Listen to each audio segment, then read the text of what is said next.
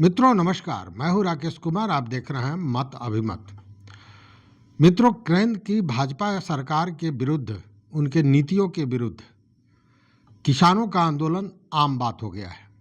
लेकिन जब बात वकीलों के आंदोलन और उनके विरोध की होती है तो निश्चित रूप से मामला कुछ तो होगा, क्योंकि अमूमन वकील इस तरह मुखर होकर किसी नीति का विरोध अब तक करते नहीं देखे गए। और इस विरोध का क्या कारण है, क्यों इस तरह की बातें आई हैं, यह महत्वपूर्ण विषय है।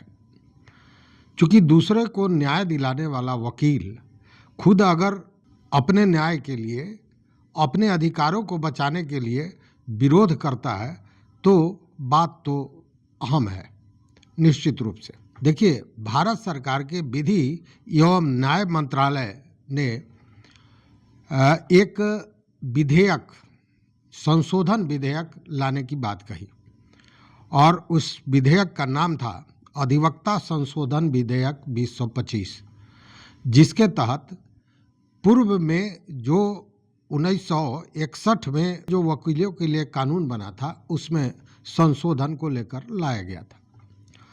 लेकिन 13 फरवरी को यह जो विधेयक, संशोधन विधेयक आने वाला है, इसको लेकर विधि एवं न्याय मंत्रालय ने अपने वेबसाइट पर आने वाले इस प्रस्तावित विधेयक का मसौदा अपलोड किया। उसके पीछे कारण था कि लोग, जो वकील हैं वो और अन्य लोग भी इस पर अपनी राय दे सकें। लेकिन जैसे ही ये विधेयक आया वैसे ही एक हंगामे का सबब बन गया। दिल्ली से लेकर हर जगह कहीं न कहीं इसका प्रदर्शन शुरू हो गया और भारी प्रदर्शन शुरू हो गया। और यह प्रदर्शन अब धीरे धीरे बहुत तेजी में अपना पैर जमाने जा रहा था। लेकिन इसी बीच इस भारी विरोध को देखते हुए सरकार ने कहीं न कहीं मामले को संभालते हुए इस मसौदे को तत्काल एक तरह से कहें कि वापस ले लिया और ये कहा कि इसमें संशोधन किया जाएगा और संशोधन करके फिर ये विधेयक आएगी। इसके बाद कुछ राहत तो हुआ है, लेकिन अब ये चर्चा का विषय बन गया है। देखिए, कहीं भी कोई मामला बड़ा आता है तो वो राजनीतिक रूप लेता ही लेता है, ये जानी हुई बात है। और जब वकीलों का ये विरोध मुखर हुआ तो कांग्रेस पार्टी भी इसमें शामिल हो गई। मतलब कांग्रेस पार्टी ने वकीलों का समर्थन किया।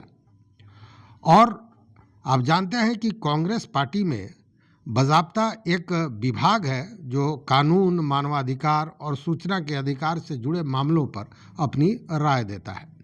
तो इस विभाग ने बाज़ाब्ता कहा कि इस मामले में जो कांग्रेस पार्टी है वो वकीलों के साथ मजबूती के साथ खड़ी है। और कांग्रेस पार्टी का यह भी कहना था कि, और इस विभाग का यह भी कहना था कि यह प्रस्तावित विधेयक का जो मसौदा है वह बहुत खराब है।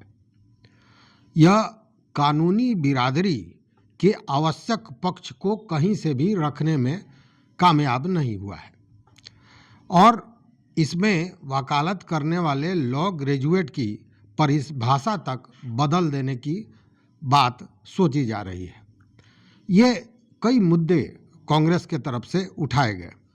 तो जैसे ही केंद्र सरकार के कानून मंत्रालय ने इस मसौदे को अपने वेबसाइट पर डाला कि प्रतिक्रियाएं शुरू हो गई और कांग्रेस इसमें सबसे मुखर रहा। और कांग्रेस पार्टी ने यह कहा कि ये मामला बहुत महत्वपूर्ण है।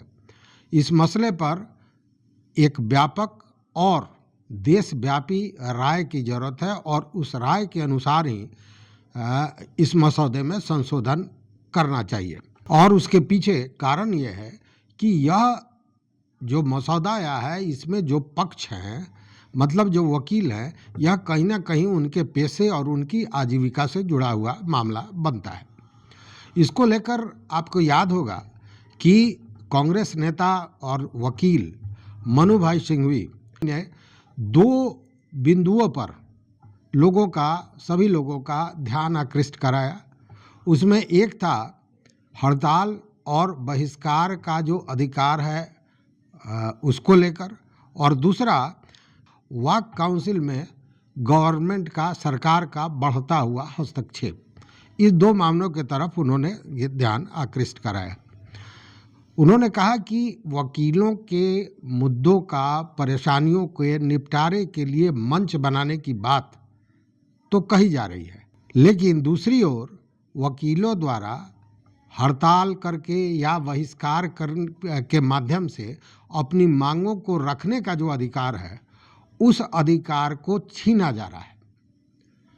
और केवल इतना ही नहीं, अगर वो ऐसा करते हैं, उस स्थिति में उनको दंडित करने का भी प्रावधान इस मसौदे में किए जाने की बात है। मनु भाई सिंघवी ने जो और बातें कही वो ये था कि यह विधेयक वकालत को रेगुलेट करने वाली जो संस्थाएं हैं, जो निकाय हैं, उनकी प्रक्रिया में भी सरकार का हस्तक्षेप इसके द्वारा, इस मसौदे के में जो दर्शाया गया है, उससे काफ़ी बढ़ जाएगा और जो कहीं ना कहीं घातक होगा, जैसा मनु भाई सिंघवी का कहना था। और यह कहीं ना कहीं वकालत के पेशे में या वकालत के पेशे को लेकर जो स्वायत्तता की बात की जाती है, उस स्वायत्तता पर यह प्रहार होगा। दूसरी ओर यह सुप्रीम कोर्ट की तरफ से दिए गए आज़ादी के रास्ते को भी कहीं ना कहीं गुमराह करते दिख रहा है। अब ये जो मसौदा आया, अपलोड हुआ वेबसाइट पर, तो ऐसा नहीं कि केवल कांग्रेस ने ही विरोध किया और केवल अधिवक्ताओं ने ही विरोध किया। बज़ाब्ते बीसीआई मतलब बार काउंसिल ऑफ इंडिया जो है, उसके द्वारा भी जो कानून मंत्री हैं अर्जुन राम मेघवाल, उनके समक्ष इस मसौदे को लेकर अपनी बातें रखी गई और विरोध दर्ज कराया गया था। आपको याद होगा कि पटना हाई कोर्ट के जो एडवोकेट हैं माननीय मनन कुमार मिश्रा जी, वो अभी बार काउंसिल के अध्यक्ष हैं। उन्होंने इसको लेकर एक पत्र भी लिखा था और कड़ा विरोध जताया था। अब ये सारे जो विरोध थे, इस विरोध के कारण सरकार को ये लगा, कानून मंत्रालय को ये लगा कि अगर इसको तुरंत इसका संज्ञान नहीं लिया जाता है तो ये विरोध भारी पड़ सकता है।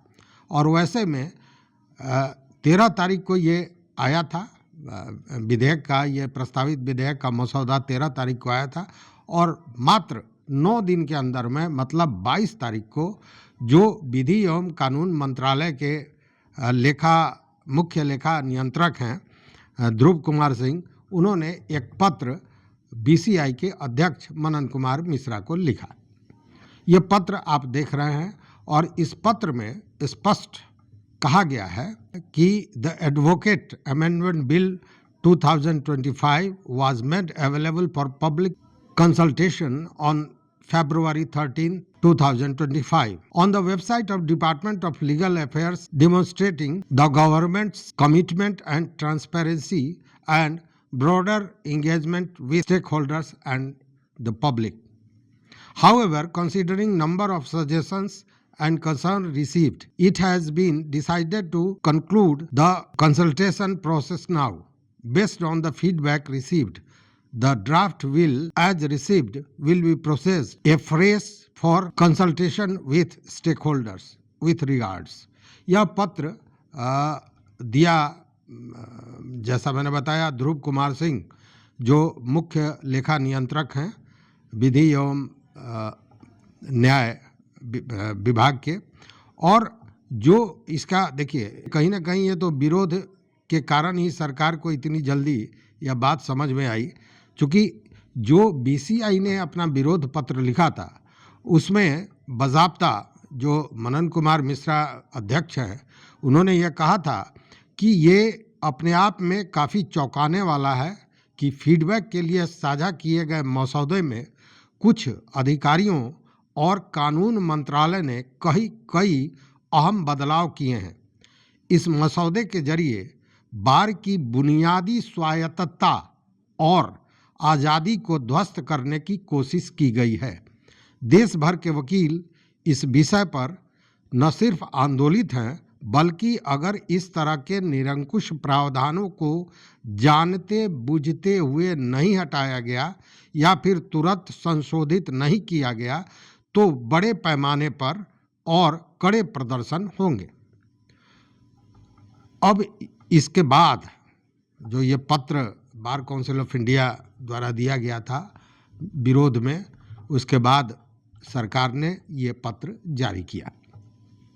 इसके बाद से कहीं ना कहीं ठीक है, प्रदर्शन तो बंद हो गया, प्रदर्शन की बात नहीं है, लेकिन यह विषय वकीलों के चर्चा का मुख्य मुद्दा बना हुआ है कि क्या सरकार उनकी स्वायत्तता समाप्त करना चाहती है, क्या सरकार इस पेशे में भी जो इस पेशे के नियंत्रण के लिए जो संस्थाएं हैं उसमें अपना हस्तक्षेप बढ़ाना चाहती है।